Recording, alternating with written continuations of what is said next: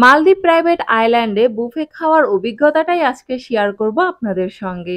মালদ্বীপে বুফে এত ধরনের খাবারের আইটেম ছিল, কোনটা রেখে কোনটা খাবো পুরা মাথায় নষ্ট। আরও ছিল লাইভ কিচেন, এখানে বিভিন্ন ধরনের আচার ছিল, বিভিন্ন ফ্লেভারের আইসক্রিম, আরও ছিল মজার মজার ডেজার্ট আইটেম। বুফে খাওয়ার সময়টা ছিল 12:30 থেকে 2:30 পর্যন্ত। আমাদের অনেক দেরি হয়ে গিয়েছিল কারণ আমরা অনেকক্ষণ সাগরের মধ্যে গোসল করছিলাম। আর এই যে বুফের সুন্দর ডেকোরেশন দেখতেই পারছেন, অনেক মানুষজন খাওয়া দাওয়া করছিল। আর এই সাইডটা ছিল ক্রিমি স্যুপ, এই পাশে অনেক ধরনের ব্রেড ছিল, ছোট বড় অনেক বড় বড় ব্রেডও দেখেছি, যেটা আমি কখনোই দেখিনি। এত বড় ব্রেড একটা মানুষ খাওয়া তো কখনোই সম্ভব না। আরও এখানে জেলি ছিল, বাটার ছিল, যে যেটা খায় সে অনুযায়ী নিয়ে নিবে। আর এই সাইডটা ছিল বিভিন্ন ধরনের সালাদ, এখানে অনেক ধরনের সালাদ দেখতে পেয়েছিলাম, যেটা বেশি ফরেনাররাই খাচ্ছিল। আর এখানে হচ্ছে বিভিন্ন ধরনের সস ছিল। ফরেনাররা কিভাবে প্লেট ভরে ভরে সালাদ খাচ্ছিল সেটা দেখে একটু অবাকই হচ্ছিলাম। আর এখানে ব্রেকন, বিফ ব্রেকন, চিকেন ব্রেকন ছিল। এখানে দুই ধরনের পাস্তা ছিল, একটা ছিল স্পাইসি পাস্তা আর একটা ছিল ক্রিমি পাস্তা। দুই ধরনেরই পাস্তা ছিল।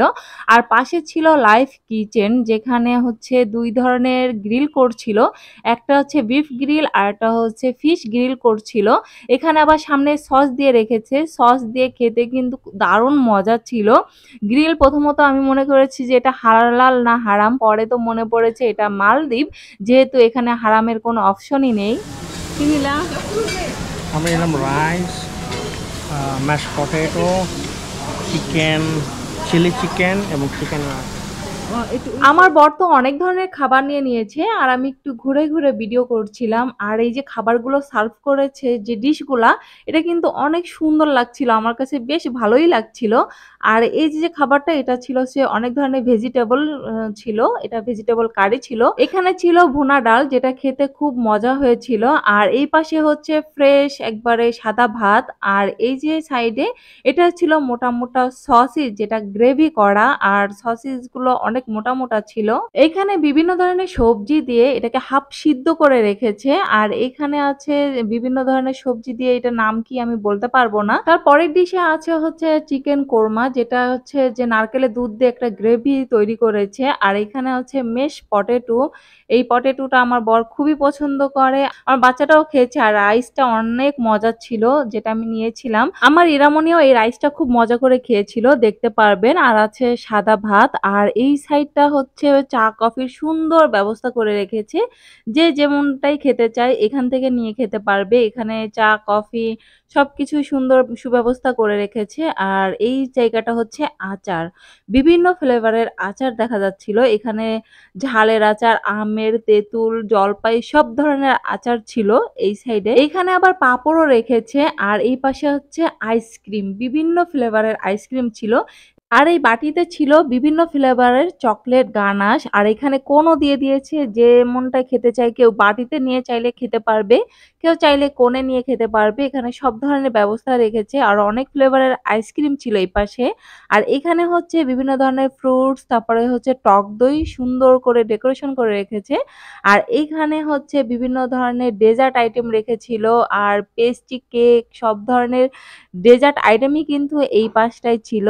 আর এই পাশে কিন্তু সুন্দর করে ডেকোরেশন করেছে তারা। আর জানুয়ারি মাসে তরমুজ দেখে আমি একটু অবাকই হচ্ছিলাম। মালদ্বীপে যে প্রচুর পরিমাণে তরমুজ খেয়েছি, আপনারা পরেই দেখতে পারবেন। আমি প্রচুর পরিমাণে ফ্রুটস পছন্দ করি। তরমুজ, এখানে আনারস, আপেল সব ধরনের ফ্রুটসই দেওয়া ছিল। এই যে এখানে ডেজার্ট আইটেমও ছিল, দেখতে পাচ্ছেন অনেক ধরনের পেস্ট্রিও ছিল।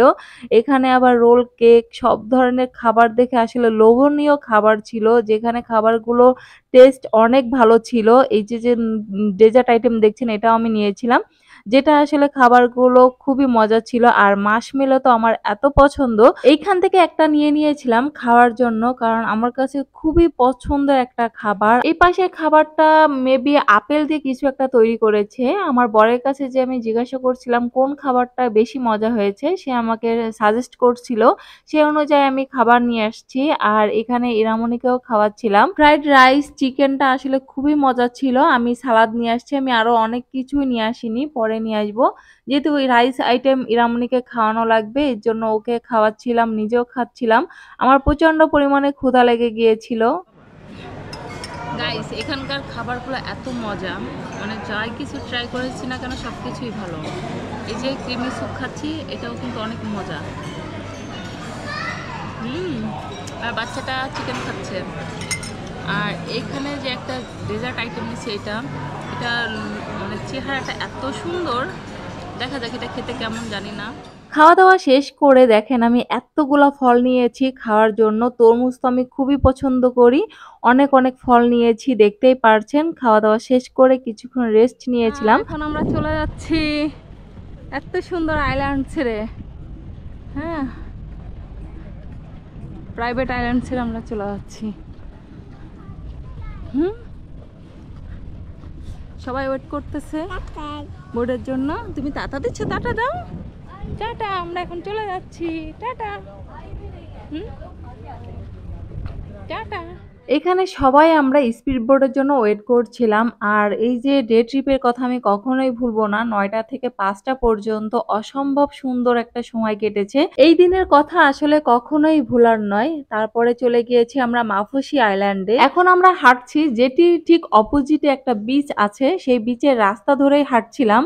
আর এই রাস্তাটা অসম্ভব চওড়া। এই রাস্তা দিয়ে হাঁটতেও ভালো লাগে, কারণ অনেক বাতাস আছে এই রাস্তায় আর অনেক নিরিবিলি। আর এই রাস্তার পাশে আছে হোটেল, রেস্টুরেন্ট। আর এদিকে তো অলি ভাইয়ের সঙ্গে আমাদের দেখা হয়ে গেল। তারা এসেছে হানিমুনে, তারা প্রাইভেট আইল্যান্ডে ছিল, এখন এসেছে মাফুসি আইল্যান্ডে। আমরা একই ফ্লাইটে এসেছিলাম মালদ্বীপে। এই বিচে এসে আমরা অনেক রাত পর্যন্ত থাকতাম। আর খুব খারাপ লাগছিল যে আজকে আমাদের শেষ রাত এই মালদ্বীপে, তারপরে আমরা কাল চলে যাব। অনেক খারাপ লাগছিল, মনটা একটু খারাপ হয়ে আসছিল। তারপরে চলে আসছি সুবিনিয়ার কেনার জন্য। যেহেতু মালদ্বীপে এসেছি, এখানকার স্মৃতি হিসাবে তো কিছু সুবিনিয়ার নেওয়াই দরকার। তারপরে এখান থেকে আমরা কিছু সুন্দর সুন্দর সুবিনিয়ার নিয়ে যাই আমাদের পছন্দ অনুযায়ী। এখানকার সুবিনিয়ারগুলো সবকিছুই অনেক এক্সপেন্সিভ। আপনারা সবাই ভালো থাকবেন, সুস্থ থাকবেন। আল্লাহ হাফেজ।